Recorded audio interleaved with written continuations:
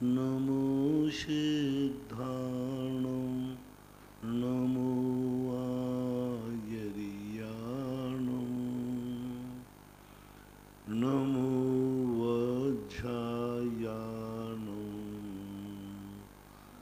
नमो लोये सव्यसाहूनम्।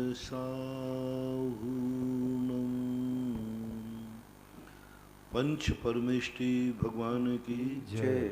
आचार्य श्री गुरुवर कुंद कुंद महाराज की जय। आचार्य श्री गुरुवर विद्यासागर महाराज की जय। परम पूज्य निर्यापक श्रमण मुनि श्री सुधा सागर जी महाराज की जय। परम पूज्य मुनि श्री महासागर जी महाराज की जय। नमोस्तु। डॉक्टर शशांक जैन, नवी मुंबई। गुरुवर नमोस्तु। महाराज जी, इनके भाव हैं कि इस बार चतुर्मास में हम लोगों ने कलश स्थापना की, जहाँ जहाँ जिन लोगों ने वहाँ पहुँच नहीं पाए और पर्युषण पर्व में भी साक्षात आप लोगों के दर्शन नहीं कर पाए। तो महाराज जी, ये क्या हम लोग के पाप कर्म का उदय है? और जो हम लोगों ने कलश स्थापना में राशि लगाई, तो क्या पाप की कमाई है हम लोगों की? ऐसा नहीं है, अंतराय कर्म भी अपने आप में कर्म होता है, लेकिन आपने जो किया है वो हर साल से भी ज़्यादा महत्वपूर्ण किया है। व्यक्ति प्रत्यक्ष में जो धर्म करता है, परोक्ष में भी करता है, तो वो ज़्यादा महत्वपूर्ण होता है। एक व्यक्ति परोक्ष में गुरु के सामने गुरु की विनय करता है और गुरु के परोक्ष में विनय करता है, वो ज़्यादा महत्वपूर्ण है।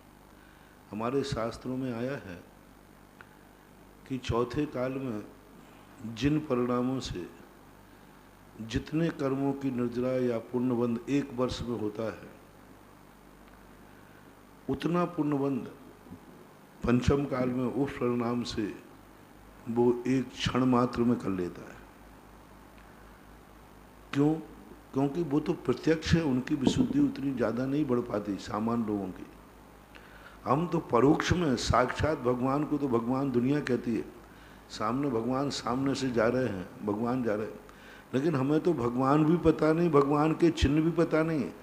फिर भी हमने अंधेरी रात में और रास्ता ढूंढ लिया। पंचम काल है, सब तरफ से अंधेरा, बुद्धि मंद है, नेत्रहीन है और चारों तरफ से कोई भी प्रकाश नहीं है। उसके बावजूद भी दृढ़ता के साथ कहते नहीं, धर्म यही है। तो परोक्ष में जो धर्म करता है वह बहुत प्रशंसनीय माना जाता है। इस बार तुम लोगों ने जो धर्म किया है, ये बहुत बड़ी चीज़ है। तुम नहीं पहुंच पाए तब भी तुमने किया, तुम नहीं पहुंच पाए तब भी कहा कि नहीं, धर्म तो जाएगा। आज इस बार सबसे ज़्यादा लोगों ने पुण्यबंध किया है। जिंदगी में जो टीवी पर जो कार्य करते थे, प्रवचन देखते थे, पूजा सुनते थे, सब उसका पुण्य तो एक तरफ रख दो, पूरी जिंदगी भर का। और इस बार जो तुमने घरों में बैठकर पूजा की है, वो जिंदगी भर की पूजा से अनंत गुणी विशुद्ध है। क्यों? मंदिर जाने नहीं मिला, मंदिर नहीं जा पाया, उसके बावजूद ही तुमने पूजा नहीं छोड़ी, एन के प्रकार कर लिए। कृत से ज्यादा पुण्य कारित का होता है। कैसे? जब वो कृत ना कर पाए तो क्या धर्म तो करूंगा, कार्य से करूंगा। पुण्य अनंत गुणी विशुद्धि होती है कार्य से। एक स्वयं व्यक्ति को कार्य करने मिले, स्वयं व्यक्ति को शांति धारा करने मिले, तो सभी सोचते भाई हाथ से करा, लेकिन जिसको नहीं मिल रही वो करवा रहा है, कार्य से कर रहा है, उसकी विशुद्धि ज़्यादा है। और जिसको कार्य भी नहीं मिले और अनुमोदना कर रहा है, उसकी विशुद्धि उससे भी ज़्यादा अनंत गुणी है। कारण पहला नहीं। इसका ये मत समझना कि जब कार्य मिले तब तुम कार्य करवाना, वो तो प्रमाद आ जाएगा। यहाँ नहीं मिलने पर तुमने बहाना नहीं बनाया, नहीं मिलने पर तुम सोए नहीं मिलने मैं क्या करूं, मेरा मंदिर का जाने का नियम है ना, मंदिर नहीं जाने मैं क्या करूं, नहीं मैं घर में मंदिर बनाऊंगा। मंदिर में पूजा करने को नहीं मिला तुमने घर में पूजा कर ली। इस वर्ष की जो पूजा तुम्हारी है, तुम्हारी सच्ची लगन, सच्ची श्रद्धा और सच्चे निसंकेत अंग का प्रतीक है। नहीं तो लोग तो सामान बहाना ही बना बड़े, मैं क्या करूं साहब, मंदिर जाने मिल रहा है, पूजा कैसे करूं? कहा नहीं, मैं घर में पूजा करता हूं। तो ये सब चीज़ें जो तुमने लोगों ने की हैं, तुम्हें जाने नहीं मिला तो भी मैं कलश बैठा रहा हूँ, भक्ति कलश बैठा लूँगा, मैं ये पहला लूँगा। तो आपने देखो अपनी श्रद्धा कितनी अभिव्यक्ति, तुम्हें जाने नहीं मिलना, विराजमान करने नहीं जा रहे हो, और फिर भी तुम्हारा गुरु के प्रति, साधुओं के प्रति तुम्हारा है, तो इसमें कोई संदेह नहीं है। आप लोग विशुद्ध भाव रखें, आपका पुण्यबंध जो पुण्य की क्रिया है वो पुण्य के उदय से ही होती है। अब रही बात जब अंतराय कर्म के पक्ष में सोचते हैं, तो इसमें तो कोई संदेह नहीं कि अंतराय कर्म का तो उदय है ही, लेकिन कलश बैराजना तुम्हारे पाप की कमाई नहीं है, तुम्हारी श्रद्धा और भक्ति की चरम सीमा की कमाई है। ऋषि जैन, गढ़ी, जिला रायसेन। गुरुवर नमोस्तु। महाराज जी, ये बच्चा पूछ रहा है कि तीर्थंकर भगवान का जो भोजन होता है वो घर में क्यों नहीं होता, बाहर से क्यों आता है? अब ये व्यवस्थाएं हैं, नियोग है, क्योंकि हो सकता है वो उनके शरीर की इस प्रकार, क्योंकि उनके भोजन में शरीर से खून जो बनता है वो सफ़ेद बनता है। अब उस भोजन में किस प्रकार की परिणति क्या है, कैसे नहीं है, एक योग है। हालांकि दीक्षा के बाद तो समाज के ही लेते हैं, और दीक्षा के बाद तो बहुत कम लेते हैं, उठते ही कहाँ हैं, सालों वर्षों में उठते हैं। एक उल्लेख तो यही है कि एक बार जाकर के हाल ले आते, फिर जाते ही नहीं। एक मत के अनुसार जाते हैं, हरिवंश पुराण में, उत्तर पुराण में बहुत बार भगवान की चर्या का उल्लेख मिलता है। तो उनकी बात, लेकिन गृहस्थ अवस्था में नियोग मानना चाहिए, या वो विशुद्धि, वो शुद्धि जो तीर्थंकर के शरीर के परमाणु बनाएगी, जो तीर्थंकर के शरीर में बनेगी, वो यहाँ के लोगों में वो नहीं रह पाती हो शायद। आगम में तो नियोग लिखा है, बस इतना ही। राजेंद्र जैन, मेरठ। गुरुवर नमोस्तु।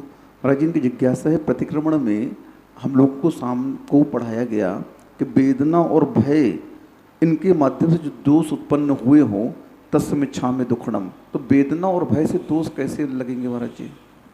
भय से तो अपन को मालूम है ही कि भय के कारण से, हमने डर के कारण से, हमें इधर डर लग रहा, और किसी ने कुछ मतलब देखने नहीं आ पाया, सुरक्षा नहीं कर पाया, तो हमने चौकीदार को एक झापड़ मार दिया। तू कहाँ गया था, मेरे प्राण निकल रहे थे, तू यहाँ था नहीं। अब भय के कारण से उसको तुमने डांट दिया। दूसरा, वेदना के कारण, कभी तकलीफ इतनी ज़्यादा हो जाती है, मुझे इतनी तकलीफ हो रही है, तूने रास्ते में कांच क्यों रखा था। अब वो वेदना के कारण, वैसे लग जाता तो कोई बात नहीं, लेकिन वेदना इतनी हो गई, रास्ते में कील पड़ी थी, अल्पीन पड़ा था, अब वो चुभ गया। अब वो वेदना आपको इसलिए कर रही कि वेदना के कारण से जिसने डाला हो उस पर आपको गुस्सा आ रहा है। आता है गुस्सा?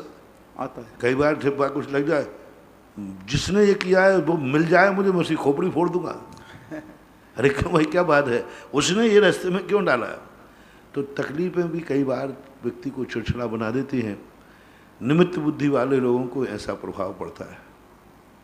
शुभम जैन, जयपुर। गुरुवर नमोस्तु। महाराज जी, इनकी जिज्ञासा है कि जो कृत्रिम और अकृत्रिम चैत्यालय हैं, इनका क्या अभिप्राय है और उनका महत्व क्या है? महत्व तो सबका ही अपने आप में होता ही है। अकृत्रिम चैत्यालय जो बनाए गए हैं, बने हैं, वो बने हैं, प्रकृति से नेचुरल है, लेकिन मनुष्यों के कृत चैत्यालयों का भी वर्णन मिलता है। चैत भक्ति के अंदर मनुजकृता नाम, देवार्चिता नाम, मनुष्यों के द्वारा बनाए हुए मंदिरों के दर्शन भी देवता लोग आके करते हैं। इनको बनाने का एक ही मूल कारण है कि हम सदा अपने भगवान को स्मृत कर सकें, और दूसरी बात, वो तो एक प्रतीक है। तीसरी बात, भगवान की एनर्जी को हम किसी मूर्ति में स्थापित करके उस एनर्जी को प्राप्त कर सकें, क्योंकि भगवान से हम एनर्जी नहीं ले सकते, भगवान को हम छू नहीं सकते, और दूसरी बात, भगवान हमारे नहीं हैं, भगवान हमारे नहीं हैं, क्योंकि वो भगवान जो बने हैं वो अपनी साधना और तपस्या से बने हैं। लेकिन मंदिर के भगवान हमारे हैं, हमने अपने खून पसीने की कमाई से बैठा लाए, हमने श्रद्धा से बैठा लाए, आस्था से बैठा। वो जो साक्षात भगवान बने हैं वो अपनी चर्या, उनकी तपस्या से बने, उसमें हमारा क्या हाथ है। उन भगवान बनने में हमारा क्या हाथ? कोई हाथ नहीं, वो तो उनकी खुद की तपस्या है। लेकिन मंदिर में बैठे हुए भगवान में हमारा सब कुछ है।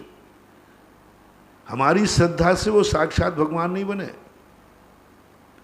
हम कितनी भी श्रद्धा करें, हमारा कोई हाथ नहीं। 24 तीर्थंकर जो साक्षात हैं, उनमें ना मेरे मन का हाथ है, ना वचन का, ना काय का, ना श्रद्धा का, ना ज्ञान का, ना चारित्र का, कुछ भी तो नहीं हमारा।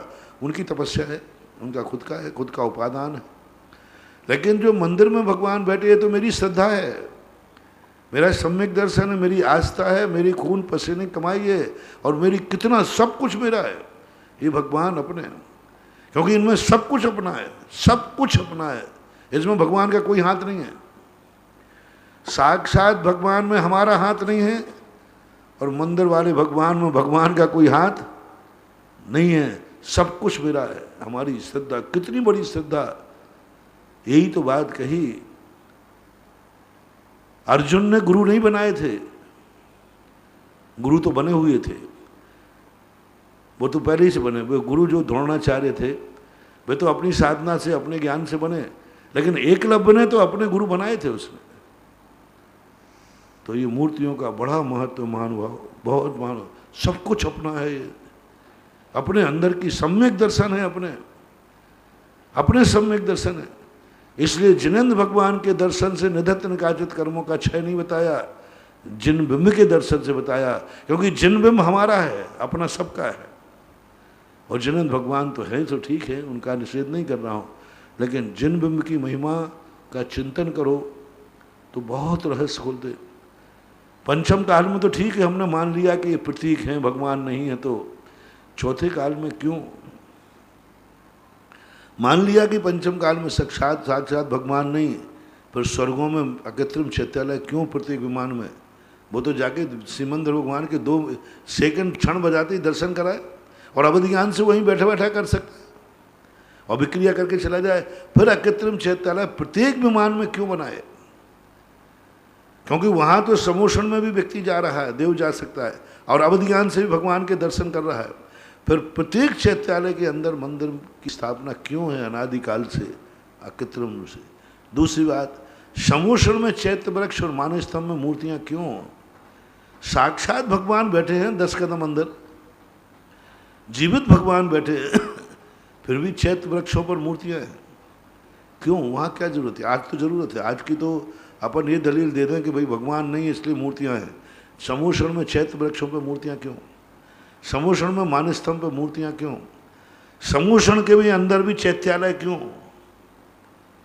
समोषण के अंदर चैत्यालय है, आप इस समोषण में जाके देखना भी। जिन भवन है जो पहली घातिका होती है ना, पहली जहाँ मानस्तंभ होते, वहाँ पर जिनेंद्र भगवान के मंदिर बने हुए। तो वहाँ पर साक्षात समोषण में जिनेंद्र भगवान का मंदिर क्यों? जिनेंद्र भगवान की मूर्ति क्यों? साक्षात भगवान के दर्शन करने वाला मूर्ति की वंदना क्यों करता है, क्यों नमस्कार करता है? ये सारा जब संग्रह करते हैं पूरा व्यापक रूप से, तब हमें मूर्ति की महिमा पता चलती है। हम एक ही बात कहते थे, आज मूर्तियों की इसलिए महिमा है कि भगवान नहीं है। अरे भाई तो ठीक है। एक व्यक्ति ने कह दिया मूर्तियों पर अभिषेक इसलिए होता है कि वहाँ धूल जम जाती है, इसलिए परंपरा चलाई। हाँ, इसलिए परंपरा चलाई अभिषेक की, जिससे मूर्तियाँ साफ बनी रहें। उन अज्ञानियों को इतना पता नहीं, पढ़े लिखे तो ज़्यादा है नहीं, समय सार भी पढ़ा तो कुंद कुंद का नहीं पढ़ा, प्रवचन पढ़ लिए। उनको ये पता नहीं कि मान लो यहाँ धूल है, यहाँ गंदी होती है। अकृत्रिम चैत्यालयों पर अभिषेक क्यों होते? वहाँ तो कभी धूल होती भी नहीं। अकृत्रिम चैत्यालयों में कोई धूल नहीं होती। फिर स्वधर्म क्यों धूल अभिषेक करता है? वहाँ पर नंदीश्वर द्वीप में क्यों जाके अभिषेक करते? वो धूल झड़ाने के लिए। धूल जलाने के लिए किसी मंत्र पढ़ने की जरूरत नहीं है। तो ऐसी बातें जो होती हैं, बहुत मूर्ति आज सारे संसार में, चाहे भगवान होवे या ना होवे, लेकिन सम्यक दृष्टि जीव बिना भगवान की मूर्ति के बिना नहीं रहेगा। बिना साक्षात भगवान के फिर भी रह सकता है, लेकिन बिना भगवान के दर्शन किए बिना, पूजन किए बिना जैन श्रावक तो नहीं रहेगा। देवताओं को हर घर में रख दिए, क्योंकि क्यों रखे उन्होंने हर घर में? हर विमान में मंदिर, हर विमान में मंदिर क्यों? क्योंकि वो मूल शरीर से बाहर नहीं जा पाएंगे। तो फिर भी मूल शरीर से दर्शन करना अनिवार्य है। जिनेंद्र भगवान का दर्शन ना करें तो चल जाए, लेकिन जिनेंद्र भगवान की मूर्ति का दर्शन तो करना ही पड़ेगा। सरवार सिद्धि में भी जिन मंदिर है, पंच अनुत्तर में भी जिन मंदिर है। वे भली समूषण में देखो कितनी बड़ी बात, सरवार सिद्धि अनुत्तर और 9 ग्रह के देव भगवान के समूषण के दर्शन करने नहीं जाते, लेकिन जिन बिंब के दर्शन तो करते। अभिषेक, हाँ अभिषेक तो है ही अनिवार्य। अभिषेक, पूजन और जिन बिंब का दर्शन सर्वार सिद्धि का भी देव करता है। इस नियम से क्या हमारे लिए उपलब्धि होती है कि साक्षात जिनेंद्र देव के दर्शन करना जावे या ना जावे सम्यक दृष्टि, लेकिन जिन बिंब के दर्शन जरूर करेगा, जरूर करेगा। भरत चक्रवर्ती भले यहाँ भगवान का समूषण हो, भगवान के समूषणों बाद में जाएगा, पहले अपने गृह चैत्यालय के या अपना जो जिन मंदिर है उन चैत्यालयों की वंदना करके फिर जाएगा। वो नित्य नियम है। जिनेंद्र भगवान का दर्शन करना नित्य नियम की कोटि में नहीं आता। प्रतिदिन चक्रवर्ती जिनेंद्र भगवान के दर्शन करने जाता था, ऐसा कोई उल्लेख नहीं है भगवान के रहते हुए भी, लेकिन जिनेंद्र भगवान के मंदिर में प्रतिदिन जाता था, ये आगम प्रमाण है। देखो कितनी बड़ी बात, तो प्रश्न किया तो कितना बड़ा रहस्य खुला। जिनेंद्र भगवान का होते हुए भी यहाँ दुनिया में जिनेंद्र भगवान का दर्शन करना प्रतिदिन जरूरी नहीं है, लेकिन जिनेंद्र भगवान की मूर्ति का दर्शन करना जरूरी है। क्यों? वही हमारी जिंदगी का बहुत बड़ा आधार है। जिनेंद्र भगवान को सम्यक दर्शन में कारण नहीं कहा, जिन बिंब को सम्यक दर्शन में कारण कहा। 6 कारण बताए गए, उनमें जिनेंद्र भगवान को सम्यक दर्शन में कारण नहीं बनाया। जिन महिमा आई है, जिन महिमा आई और जिन दर्शन नहीं, जिन महिमा सम्यक दर्शन, लेकिन जिन बिंब सम्यक दर्शन का कारण है, ये कहा है, इसलिए ऐसा मानना चाहिए। महाराज जी, मनुष्यों में मात्र विद्याधर ही इन अकृत्रिम चैत्यालयों की वंदना कर पाते होंगे? नहीं, और भी लोग कर लेते, मुनिराज वगैरह भी कर लेते। मुनिराजों में रिद्धिधारी महाराज हाँ, रिद्धिधारियों से प्राप्त करके कर सकते हैं।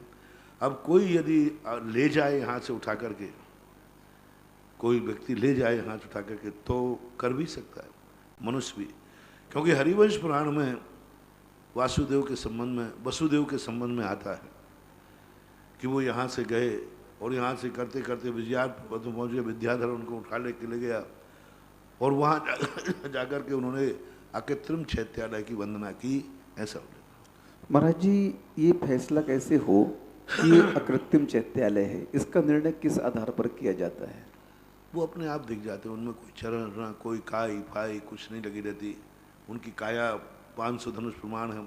उनकी मूर्ति यथावत जैसी होती है वैसी ही होती है।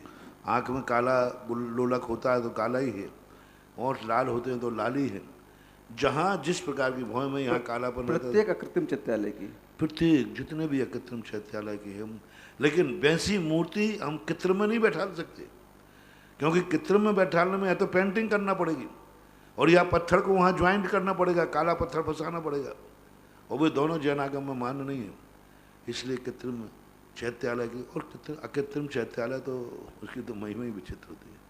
जय जैन, जयपुर, गुरुवर नमोस्तु। महाराज जी, इनका प्रश्न है कि बच्चों का जो नामकरण किया जाता है वह किस आधार पर करना चाहिए? ज्योतिष के अनुसार तो जो उसका सही जन्म का समय पता चलना चाहिए, जिस समय वो गर्भ से बाहर आया वह सेकंड टू सेकंड पता चलना चाहिए।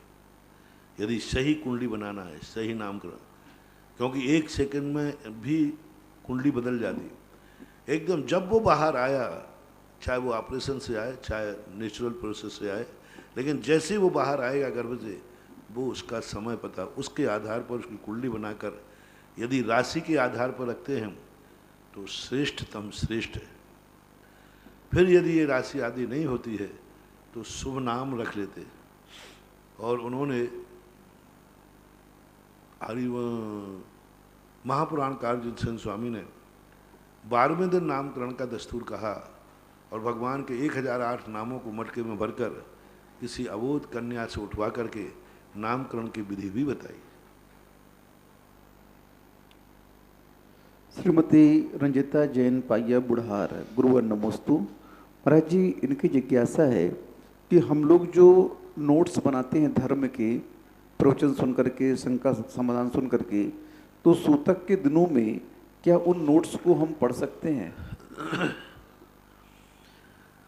अब मैं क्या कहूँ, सूतक भी किस प्रकार का है वो देखना चाहिए। नहीं, जैसे आपने प्रवचन किया, आपने शंका समाधान की, उसको नोट्स बना लिया। अब ठीक है, वो उसको पढ़ने में कोई विशेष ज़्यादा नहीं है, कम से कम जिनवाणी जो है मूल रूप से वो नहीं पढ़ना चाहिए। दिशा जैन, बरेली, यूपी। गुरुवर नमोस्तु। महाराज जी, इनकी जिज्ञासा है कि हम लोग जब नमस्कार करते हैं भगवान को, तो मूल किस आसन में हमें नमस्कार करना चाहिए भगवान को, और कितने प्रकार के आसन होते हैं नमस्कार के लिए?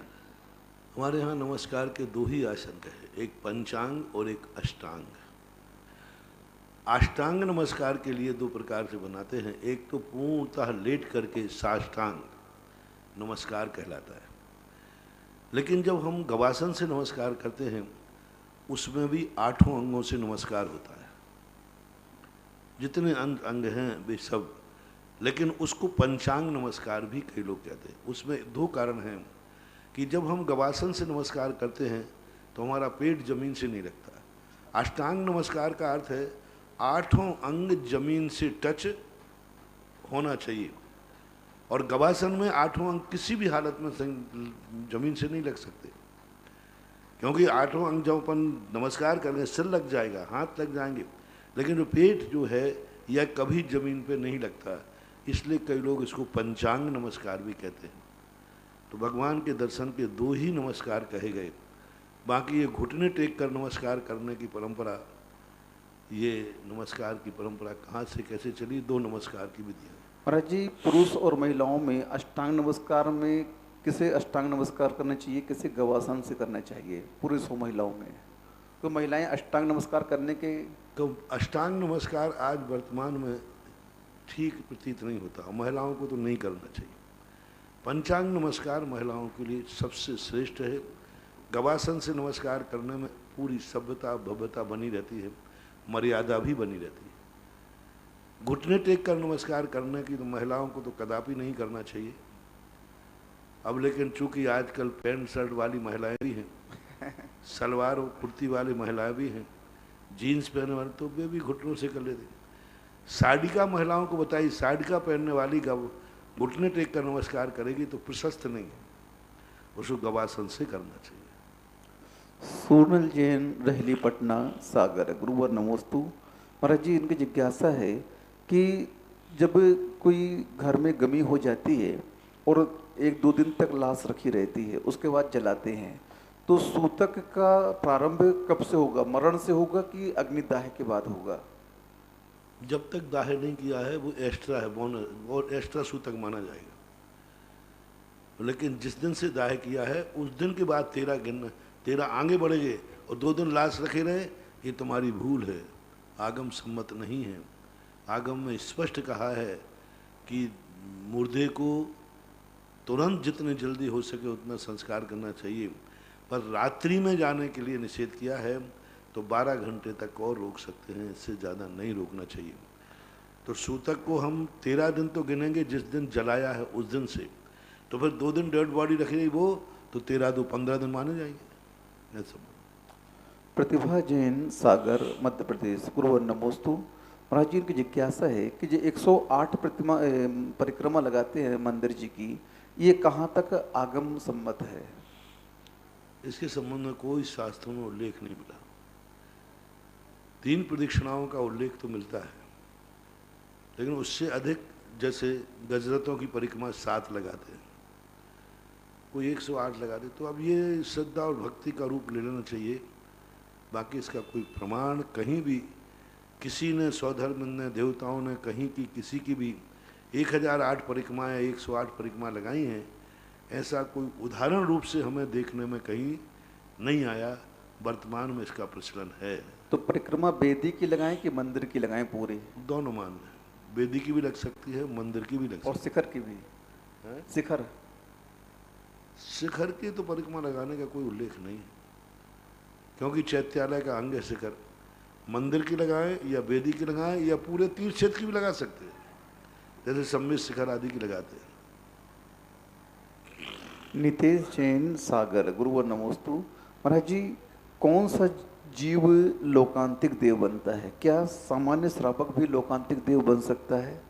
कोई स्पष्ट उल्लेख तो मिला नहीं, एक दो बार प्रश्न और आया पहले, लेकिन जो वर्णन किया है भावनाओं का उससे लगता है मुनि। दूसरा वर्णन पूज्यवर कुंदकुंद भगवान ने अष्टपाहण के अंदर लिया, मुनियों का वर्णन। आज पंचम काल के भावलिंगी संत कहाँ जन्म लगे? अज्जबि तिरहण शुद्धा लहदी देवत्तम इंदत्तम लोयत्तम छ, तीन पदों की विशेषणा दिया है, इंद्रपद, देवपद और लोयंत, लोकांतिक। तो वहाँ भी एक लोकांतिक की संकेत मिलता है कि मुनि के लिए विशेष संकेत किया। किसी श्रावक की महिमा में नहीं गाया।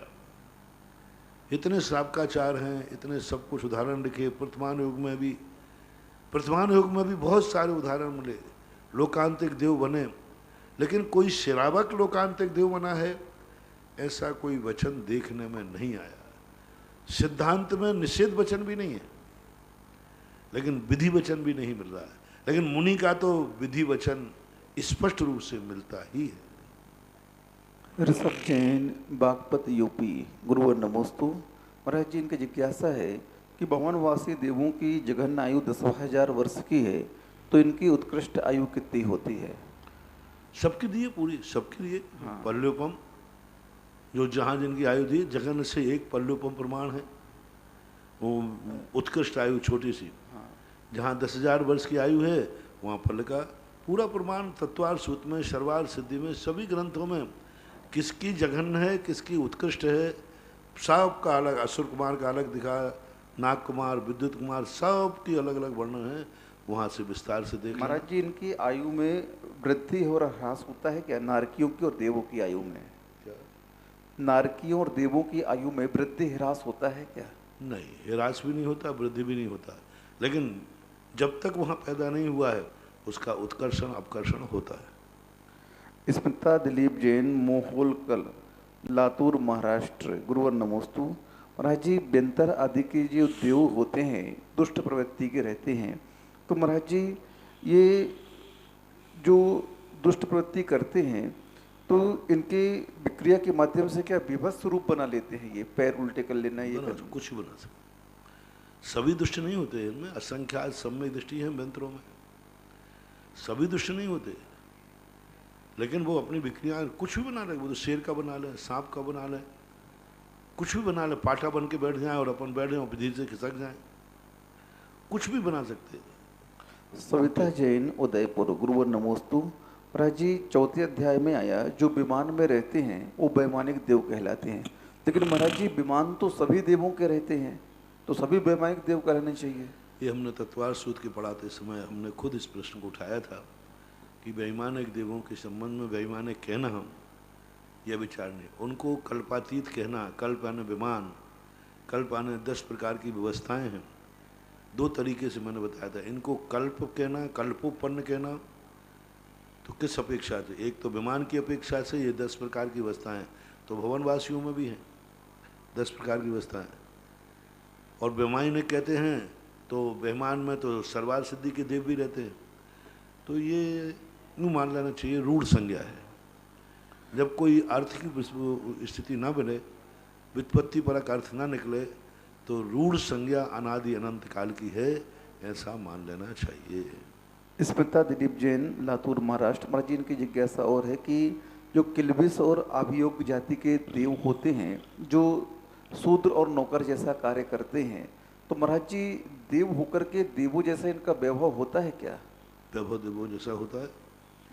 महाराज, जब सामूहिक कार्यक्रम होते हैं उस समय उनकी स्थितियाँ उस रूप में उनकी कैटेगरी होती है। बाकी वो देव हैं, उनका वैभव है, विक्रिया है, उनका शरीर भी बहुत अच्छा होता है। ये जो तुम दिखाते हो व्यंतर देवों को, ये प्रदीप भैया दिखाते ना वो पंचकल्याणक में, काले करूटे विद्रूप रूप, हम काले हैं तो क्या हुआ दिल वाले हैं, ऐसा करे। तो ये तो मात्र दिखाने के लिए, प्रदर्शन के लिए करते हैं। वहाँ की देवताओं का शरीर देवताओं का ही होता है। कोई व्यंतर भवनवासी कोई देव काले करूटे नहीं होते, विद्रूप नहीं होते, बहुत सुंदर होते हैं। हाँ, सुंदर में अंतर तो है लेकिन विद्रूप नहीं है।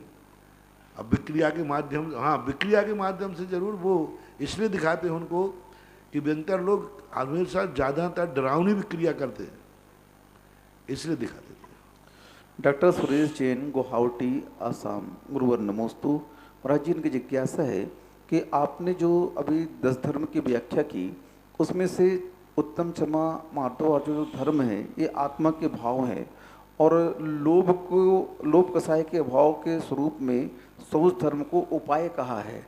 तो महाराज जी, क्या शौच धर्म आत्मा का स्वभाव नहीं है, उपाय है क्या?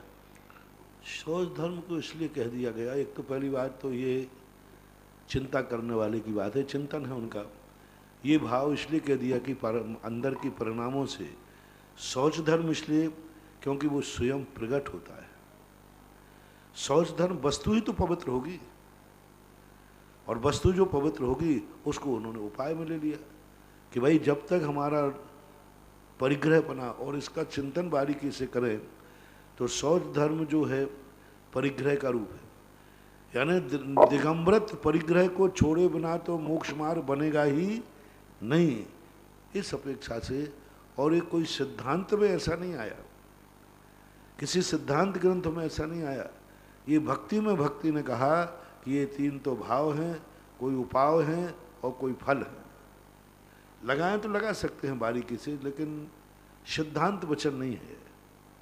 परम पूज्य आचार्य गुरुदेव श्री विद्यासागर जी महाराज के परम आज्ञानुवर्ती शिष्य निर्यापक श्रमण मुनि पुंगव श्री सुधासागर जी महाराज के मुखारबिंद से देश विदेश में अपने घरों पर विराजित टीवी के समक्ष जिनवाणी चैनल के माध्यम से, सुधा कलश चैनल के माध्यम से जिज्ञासा समाधान सुनने वाले, देखने वाले, करने वाले सभी भक्तों की ओर से गुरुवर के चरणों में त्रिबार नमोस्तु नमोस्तु नमोस्तु।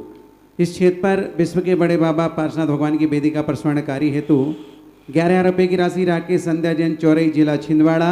51 रुपये की राशि सविता वैभव, शिल्पा विदित जैन, जबलपुर। इस चातुर्मास के द्वारा भक्ति कलश में आज भी लोगों की श्रद्धा भाव बने हुए हैं, उन्होंने एक कलश स्थापित करने की भावना भाई है। आदि प्रकाश पूजा लोहाड़िया भीलवाड़ा, इस कलश की स्थापना करने के लिए जितेंद्र शास्त्री महावीर भाई पधारे हमारे जी। और श्रवण संस्कृति संस्थान के लिए 11,000 रुपये की राशि रेणु जैन भिंड वालों ने संस्थान के लिए प्रदान की। और भी संस्थान के हेतु जो लोग अपनी भावनाएं प्रसिद्ध करना चाहते हैं, गरिमापूर्ण राशि देना चाहते हैं, यहाँ पर नाम भेज सकते हैं या संस्थान की ओर अपनी भावना प्रसिद्ध कर सकते हैं। वृक्षारोपण हेतु 51 रुपये की राशि प्रेम भाई पापड़ीवाल सा परिवार कापरेन। 5,000 रुपये की राशि श्रीमती अल्पना राजेश स्वरारोहण ढोले प्रसाद सौरभ जैन के जन्मदिवस के उपलक्ष्य में। प्रथम जिज्ञासा है परम पूज्य महाराज श्री आपके चरणों में अहमदाबाद से सुमत चंद जैन, पूज्य मुनिवर के चरणों में मेरा समझ परिवार का नमस्तु। आपके द्वारा जिज्ञासा समाधान के माध्यम से जो अभूतपूर्व धर्म प्रभावना हो रही है, अभूतपूर्व धर्म प्रभावना के प्रति श्रद्धा से मेरा हृदय भर जाता है। हे गुरुवर, सभी जीव समान गुण धर्म वाले हैं, फिर इनकी उपादान शक्ति में भिन्नता क्यों है? या कर्मों की भूमिका महत्वपूर्ण है या पुरुषार्थ की कृपा करके समाधान करें। उपादान शक्ति में कभी भिन्नता नहीं होती, भिन्नता होती है अभिव्यक्ति में, व्यक्ति में, पर्याय में भिन्नता होती है। द्रव्य में तो सब जितने द्रव्य हैं सभी में एक समान, कोई सिद्धों से लेकर निगोदिया तक कोई अंतर नहीं। अभिव्यक्ति है, अपन सबने देखा कि जो अभिव्यक्ति है, भोजन तो सब एक से ही बनता है, लेकिन कोई 2 रोटी खाता, कोई 4 खाता, और कोई को पचती है, कोई को नहीं पचती। तो ये अभिव्यक्ति जब पर्यायें होती हैं, पर्यायें जो है ये नाना प्रकार के निमित्तात्मक होती हैं। पर्यायों में नियम से कोई ना कोई निमित्त जरूर बनता है। हेतु द्वया आविष्कृत कार्य लिंगा, 2 हेतु बिना मिला कार्य नहीं होता, और बाह्य हेतु अनिवार्य है। शक्ति जो होती है वो बाह्य हेतु नहीं होती, वो तो अपनी निधि है। लेकिन जब जब हम बाह्य हेतु आएगा तो बाह्य हेतु जिस प्रकार का मिलेगा, दोनों हेतु उसी प्रकार की परिणति होगी। उपादान भी एक हेतु है। देखो, उपादान एक द्रव्य भी है और उपादान एक कारण भी है। कैसी विचित्रता! स्वयं का उपादान कारण भी है और स्वयं का उपादान कार्य भी है। द्रव्य भी स्वयं है और स्वयं का कर्ता भी और कारण भी स्वयं ही है। तो ऐसा करना चाहिए। अगली जिज्ञासा है अनिल जी पटवारी भिजवालिया, पूज्य गुरुवर के चरणों में सपरिवार नमोस्तु। महाराज श्री, मेरी जिज्ञासा है कि गणधर परमेष्टि व श्रुत केवली दोनों संपूर्ण श्रुत के ज्ञाता होते हैं, फिर दोनों में क्या अंतर है, समाधान करें। बहुत अंतर है। गणधर परमेष्ठी शुद्ध केवली होने के साथ साथ रिद्धि संपन्न है। शुद्ध केवली से भी बड़ी है एक रिद्धि, जैसे 10 पूर्व लिखा गया, चतुर्दश पूर्व लिखा गया, ये शुद्ध केवली को ज्ञान है। लेकिन ये 2 रिद्धियां भी हैं। 64 रिद्धियों में 10 पूर्व और 14 पूर्व ये रिद्धियां हैं। तो रिद्धियों में विशेष और मिलता है ज्ञान, संभिन्न सूत्र, पादानुसारी, कोष्ठ आदि।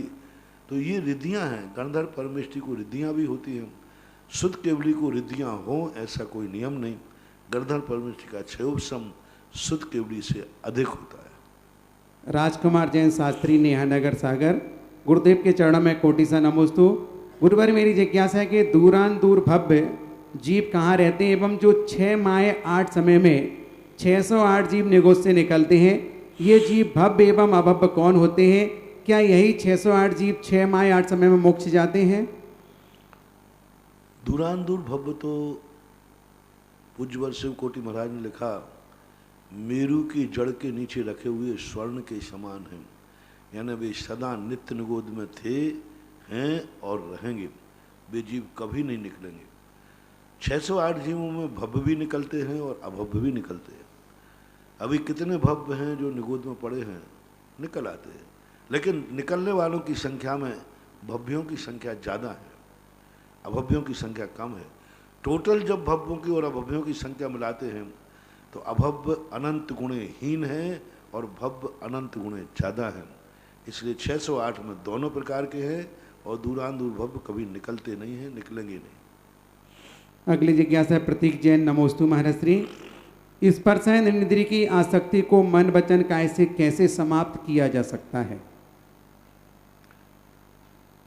तत्व चिंतन से। इंद्रियों की आसक्ति जितनी भी है, मां तत्व चिंतन, भेद विज्ञान, अपने अंदर की परिणति के माध्यम से ही कम कर सकते हैं। भय और लोभ 2 चीजें भी कारण हैं। ईश्वर इंद्रिय के जो परिणाम दुष्परिणाम हैं, उन भयों को उसको देख करके भी व्यक्ति कम हो सकता है। और या इसको जीतने के बाद मुझे अतीन्द्रिय सुख मिलेगा, ऐसा भाव आ जाए तो भी हो सकता है। ये सब तत्व चिंतन से ही आएगा। हरीश चंद जैन, मानसरोवर। महाराज श्री के चरणों में नमोस्तु। महाराज श्री, विश्व कल्याण की भावनाओं के साथ 16 भावनाओं का चिंतन करने से तीर्थंकर प्रकृति का संचय होता है। यह 16 भावनाएं किसे कहते हैं? अब ये कैसे बताएं? तो हमेशा ही तुम जानते हो। अब 16 भावनाएं नहीं जानते तो तुम्हें पूछने का अधिकार नहीं। तीर्थंकर की 16 भावनाएं तत्वार सूत्र के अंदर लिखी हैं, दर्शन, विशुद्धि, आदि भाव। और 16 कारण जो है ये कारण हैं। कारण तद्रूप कार्य कराए, ये कोई नियम नहीं, हेतु है। लेकिन जब होगा तो इनमें से कोई ना कोई 2 भावनाएं जरूर होंगी। एक दर्शन विशुद्धि अनिवार्य है और कोई 15 में से कोई अन्यतम भावना होती है। दर्शन विशुद्धि, विनय, संपन्नता, शील, वृत्ति, नतिचार, अवीक्षण, ज्ञान, उपयोग आदि, ये 16 है। अगली जिज्ञासा रिकॉर्डिंग के माध्यम से। नमोस्तु महाराज जी, मैं अमित जमोरिया नसराबाद से।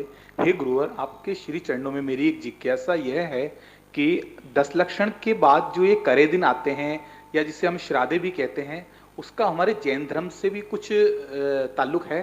कृपया हमारी जिज्ञासा। जैन धर्म में इस संबंध में कोई चर्चा नहीं की, लेकिन इन दिनों को अशुभ जरूर माना ज्योतिष शास्त्रों में। करे दिन या श्राद्ध के नाम से नहीं, लेकिन ये जो श्रावण का अश्विनी का जो कृष्ण पक्ष है, इसको ठीक नहीं मानते।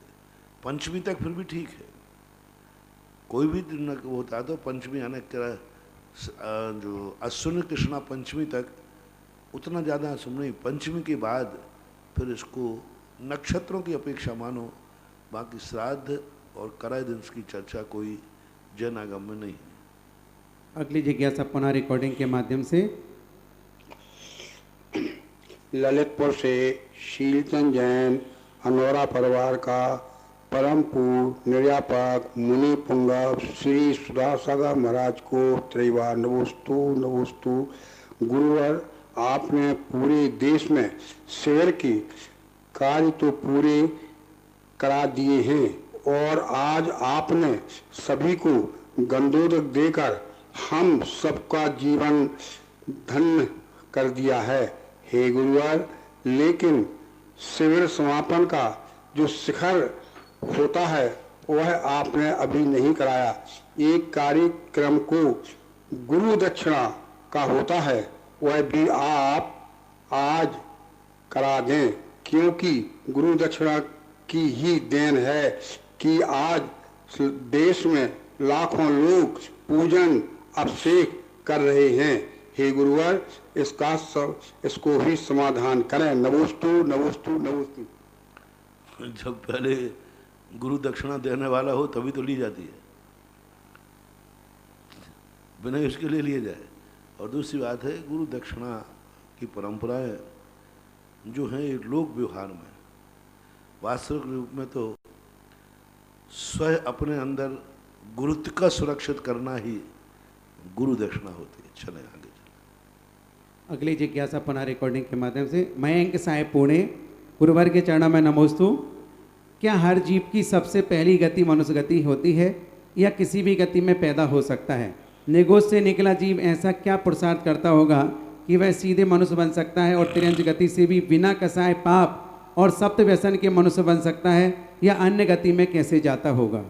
निगोज से निकला हुआ जीव त्रियंच और मनुष्य गति में ही आता है, अन्य गतियों में नहीं जाता। और वहाँ पर जो जब आयु का बंध होता है उस समय उनके कर्मों के यदि मंद उदय है और उस समय उसके परिणाम अपने आप निमित्त पाकर के मंद हो जाते हैं तो हो जाता है। भगवती आराधना कारण ने एक उदाहरण दिया, भड़भूजी के चने, जैसे भाड़ वाले चने होते हैं वो एक मटके में बंद कर देता रेत के अंदर, और जब कभी उन तगड़ों को पलटने के लिए तगड़ा डालता है, जिस समय ढक्कन उठाया उसी समय चना फूट गया और फूट करके बाहर आ गया। ऐसा उन्होंने समझाने का प्रयास किया है टीकाकार ने, मूल में नहीं है, टीकाकार में इस प्रकार का उदाहरण। अगली जिज्ञासा सुधा जी पटवारी बिजोलिया। गुरु भगवान के चरणों में कोटि से नमन। महाराज जी, कमल में ऐसी क्या विशेषता होती है कि शास्त्रों में कमल के उपमा के रूप में आया है? जैसे चरण कमल, मुख कमल, भगवान जी का आसन भी कमल आसन, जैसे फूलों में तो गुलाब और भी अच्छा। कमल का बहुत बड़ी विशेषता है। कमल एक दो गुण, सबसे बड़े गुण हैं उसके अंदर। पहला वह है कमल प्रकाश को देखकर खिलता है, सूर्य को देख के खिलता है। सभी फूलों में ये गुण नहीं है। अंधकार में मुरझा जाता है, जब सारे जगत में अंधेरा है तो वो मुरझा जाता है, जब सारे जगत में प्रकाश होता है तो वो खिल जाता है। दूसरा गुण उसमें है कि वह जल में कीचड़ में रह करके भी, इतना कीचड़ किसी भी फूल को नहीं होता। जितने भी फूल हैं इतने कीचड़ में वो रहेंगे ही नहीं। सबसे ज़्यादा कीचड़ रहता है कमल के फूल में, फिर भी वह उस कीचड़ से लिप्त नहीं होता। जल में रहकर जल से भिन्न रहता है। सारे कमल को, सारे फूलों को जल में डाल दिया जाए तो सड़ जाएंगे। सारे फूल जल में रह करके और जल को में डूब जाएंगे। लेकिन धार्मिक कार्यों में, अच्छी उपमाओं में कमल का उपयोग। दूसरा, फूलों में जो प्रशस्त फूलों में एक एक कली इसकी खिली हुई रहती है, एक एक कली पूरी खिली हुई रहती है। इस प्रकार से इनके कुछ गुण होते हैं कमल के अंदर, इसलिए शीतल गुण वाला भी होता है। मांगलिक भी उस फूल के लिए कहा गया है, इसलिए उसको नमस्ते। अगली जिज्ञासा है ब्रह्मचारी महावीर भाई।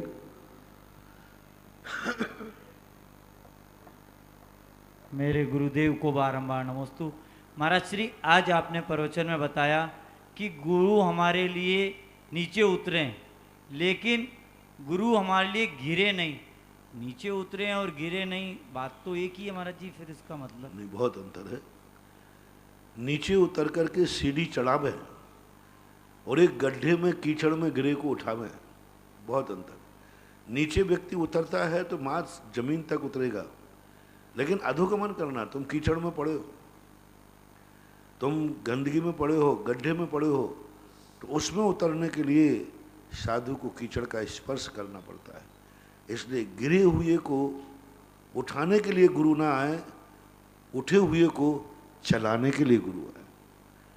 उठना तो स्वयं है, चलना चलाएगा गुरु। गुरु भी उठाएगा और गुरु ही चलाएगा, तो ये काम मोही प्राणियों के लिए शोभा देता है। बीतरागी भगवान के सामने उठना तो हमें है और चलाएगा गुरु। जैसे हमने कहा था, 2 लब्धियां तो गुरु तुम्हें खुद प्राप्त करना है, फिर आगे कहाँ जाना है ये गुरु बताएगा। पहले तुम तैयारी तो कर लो कि जाना है कि नहीं जाना, फिर कहाँ जाना है ये गुरु बताएंगे। तो गुरु नीचे से उठाने के लिए गुरु नहीं है, सीढ़ियाँ चढ़ाने के लिए गुरु है, ऐसा महाराज श्री एक और था कि आपने कहा कि गुरु हमको हमारे चौके में पवित्र और मतलब मानकर आए, जैन और पवित्र मानकर आए।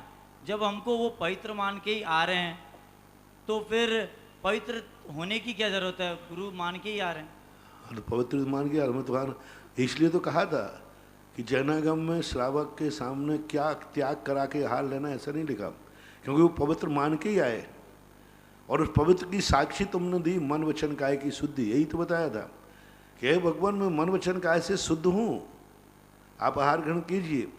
इसलिए कोई आगम में उल्लेख नहीं किया, लेकिन अब संदेह हो गया है कि झूठ बोल रहा है। चौके में ये पूछना कि तुम रात्रि भोजन तो नहीं कर रहे हो, गुटखा तम्बाकू तो नहीं खाते, इसका अर्थ है कि साधु समझ गया है कि ये चेला बेईमान दिखता है, झूठ बोल रहा है। पहले के गुरु जानते थे कि मेरा भक्त, मेरा श्रावक दुनिया में झूठ बोल देगा, गुरु के सामने झूठ नहीं बोलेगा, कभी नहीं बोलेगा। गुरु ने कह लिया कि मेरे सामने कहा ना इनका मन शुद्धि, वचन शुद्धि, काय शुद्धि, तो इसकी काय शुद्धि है, पक्का है। क्योंकि हमारा श्रावक सबके सामने झूठ बोलेगा, गुरु के सामने नहीं बोलेगा। इसलिए पहले के लोग कुछ भी त्याग नहीं कराते थे, क्योंकि उसने कह दिया। लेकिन आज मालूम चल गया कि नहीं, ये बदमाश है, काय शुद्धि बोल करके भी गुटखा दमाए हो को साइड में, काय शुद्धि बोलकर शराब पीता हो, काय शुद्धि बोल करके रात में खाता हो, काय शुद्धि बोलकर अभक्ष खाता हो, तो ये हो सकता है। तो यही तो मैंने कहा था कि जब गुरु तुमसे पूछ रहा है, यानी गुरु को संदेह हो गया है और तुम इतने दृढ़ रहो कि तुम संदेह को दूर करने के लिए गुरु से कहो, गुरु महाराज क्या आपको ये विश्वास नहीं है कि मैंने शुद्धि झूठी बोली है, तो फिर आप आए क्यों? आपका आना बता रहा है कि आपका विश्वास है, अब आपका विश्वास क्यों डगमगा रहा है, क्यों संदेह कर रहे हो? जो आप संदेह कर रहे हो वो मेरे सब कुछ आपके आने के पहले ही त्याग है। मैं आपके त्याग के इंतजार में नहीं हूँ, मैं त्याग करके पड़गाने के लिए खड़ा हुआ हूँ।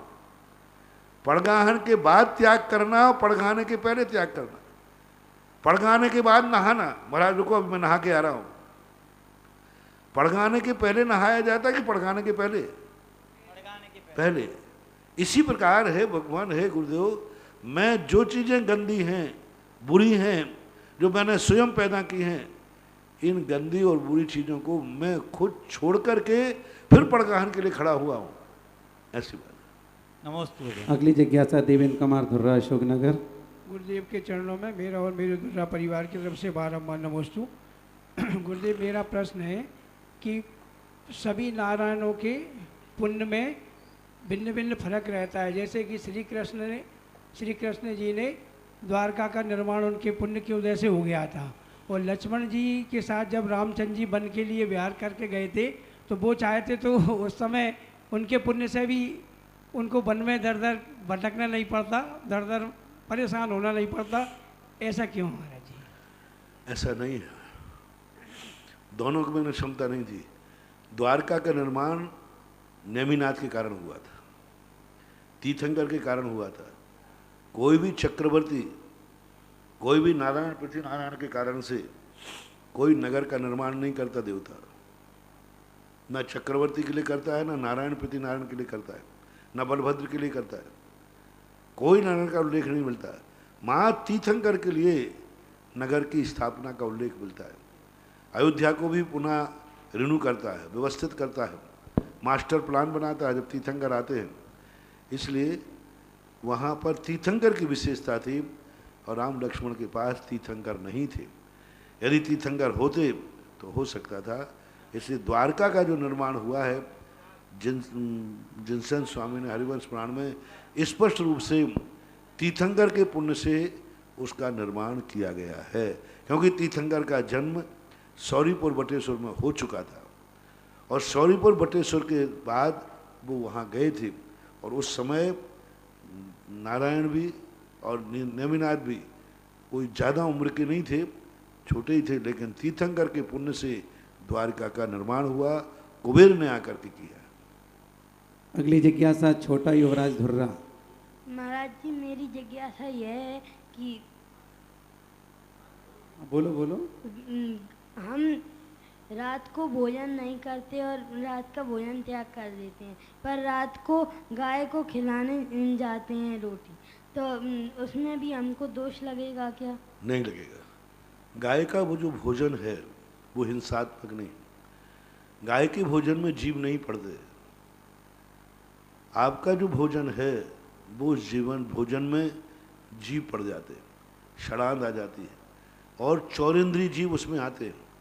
गाय का जो भोजन है घास है, भूसा है, तो घास और भूसे में रात्रि में वो स्थिति नहीं बनती, इसलिए आपको रात्रि में, लेकिन फिर भी यदि सही जैनी है तो गाय को दिन में इतना खिला देगा कि रात में खिलाने की जरूरत नहीं। जय हो। एक स्थान पे कहीं मैंने सुना था, देखा नहीं है, कि गौशाला है शायद कहीं, वहाँ रात्रि में किसी गाय के खेली में कुछ सामान नहीं होता, भूसा नहीं होता। दिन भर गाय को खूब गम के खिला देते हैं और रात को पूरी खेलियां साफ कर देते हैं। पानी भी शाम को पिला देते हैं, रात में पानी नहीं, भोजन नहीं, दोनों बंद रहते हैं। वहाँ की गायों की आदत पड़ गई, सब आदत पड़ गई। तुम दाल भी दोगे तो वे रात में खाते ही नहीं, लेकिन इसका अर्थ नहीं कि दिन में तुम कम खिलाओ। तो यदि ऐसा आप करते हो तो बहुत बढ़िया चीज़ है कि हमारी गाय भी रात में नहीं खाएगी और वो दिन में हुआ, लेकिन और गाय सीख भी है, दिन में यदि वो भरपेट खा लेगी तो रात में खाने की उसको जरूरत ही नहीं पड़ेगी।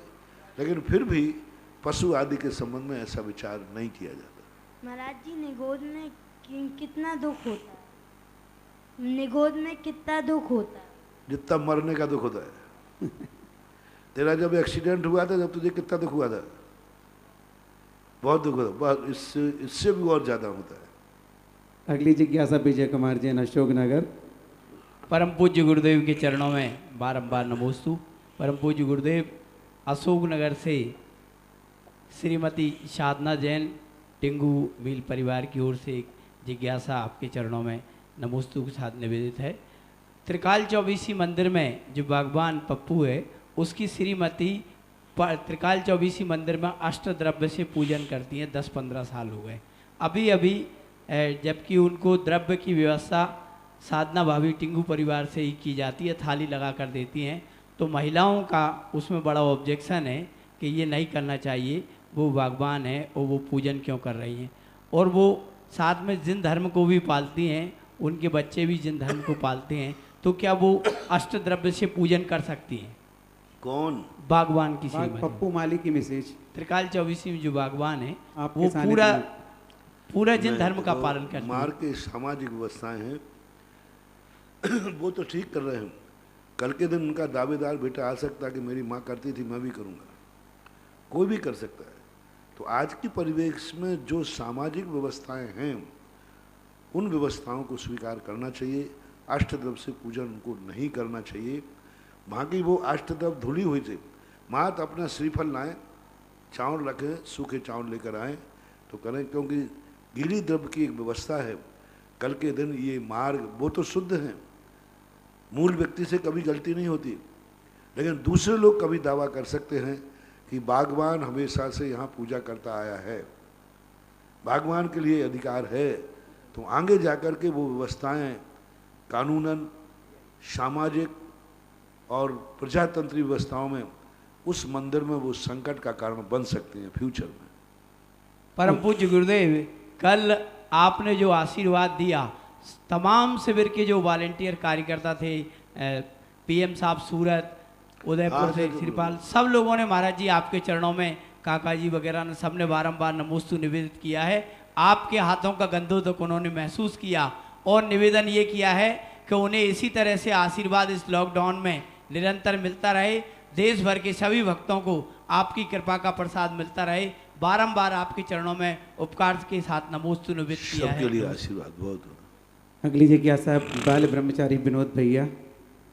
महाराज जी, पूजन के मध्य में अस्मिन जुलद विमल केवल बोध बहनऊ पुण्यम समग्र मह मेक मना जो हो में, इसका शाब्दिक अर्थ तो मुझे आता है लेकिन भावार्थ आप बता। शाब्दिक अर्थ तुम बता दो, भाव में बता दूंगा।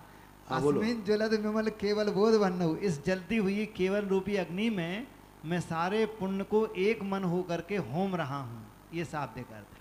केवल में ना, केवल ज्ञान अग्नि में। हाँ, तो केवल ज्ञान के बाद जब होता है, क्योंकि पाप प्रकृतियां तो केवल ज्ञान के पहले समाप्त कर दी। अपन पूजन कर रहे हैं महाराज जी, हम लोग पूजन कर रहे हैं। पूजन हाँ, तो भावना है, भावना केवल ज्ञान ही है ना वहाँ अर्थ। हाँ, तो केवल ज्ञान के ऊपर कि केवल ज्ञान प्राप्त करने के बाद तो हम पुण्य को होम करेंगे, अभी मुझे पाप का होम करना है। वहाँ एक व्यवस्था बताई गई है कि भाई हमने पाप का तो केवल ज्ञान के पहले होम हो जाता है नष्ट, लेकिन केवल ज्ञान के बाद जो प्रकृतियाँ बचती हैं वो पुण्य की भी प्रकृतियाँ बचती हैं, पाप की भी बचती है। लेकिन वहाँ पुण्य के क्षय का कारण बताया कि ये केवल ज्ञान प्राप्त होने के बाद हमें पुण्य का भी होम करना है। जो पुण्य व्यामोही हैं कि हमारा पुण्य हमारे काम आएगा, पुण्य हमारे मुख जाएगा, नहीं, एक दिन पुण्य का भी नाश करना पड़ेगा। करना नहीं पड़ेगा, हो जाएगा। केवल ज्ञान होती वहाँ बहुत बड़ा संदेश है कि आप अभी पुण्य को नाश मत करो, केवल ज्ञान होने के बाद पुण्य का होम होगा। हालांकि वहाँ करता हूँ इसका प्रयोग है, जैसे कहा कि ध्यान करते हैं भगवान, करते नहीं है, होता है, ऐसा बोलने में आता है। जब प्रसाद की बात करेंगे तो वहाँ ये संदेश है कि अभी पुण्य को नष्ट करने की जरूरत नहीं है, केवल ज्ञान होते ही पुण्य भी होम हो जाएगा, ऐसा भाव लेना चाहिए। अगली जिज्ञासा सपना जी धानप्या। इसके बीच घोषणा कर रहा हूँ 21,000 रुपये की राशि दिगंबर जैन पंचायत बरेली मध्य प्रदेश, सुशील जी अध्यक्ष, विमल जी जैन मंत्री, इन्होंने श्रमण संस्कृति संस्थान के लिए प्रदान की। एक बार जोरदार तालियों के साथ अनुमोदना। हाँ, क्या नमोस्तु महाराज जी।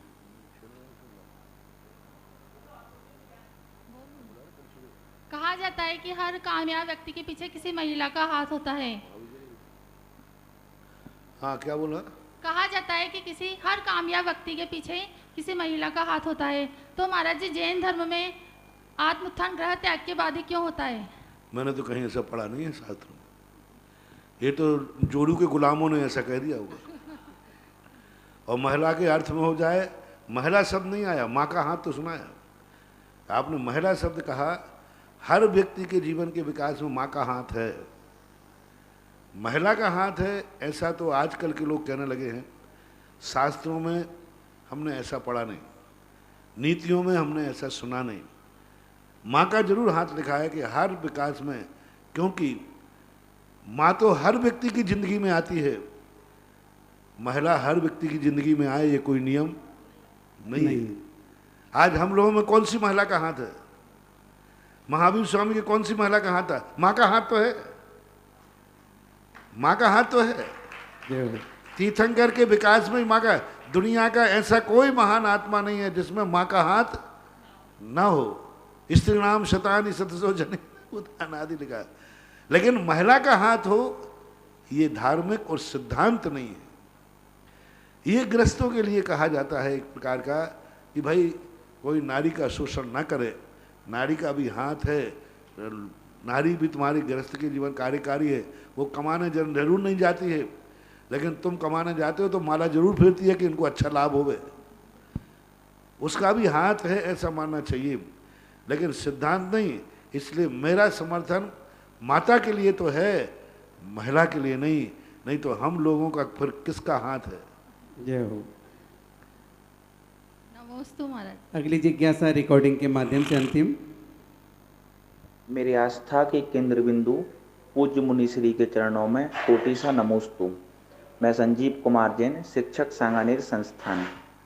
महाराज जी, मेरी जिज्ञासा है, विग्रह गति में जीव की कौन सी आयु रहती है, बध्यमान अथवा भुज्यमान? भुज्यमान आयु रहती है। वर्तमान तो अब है ही नहीं, क्योंकि विग्रह गति आते ही आयु कर्म का उदय आ गया।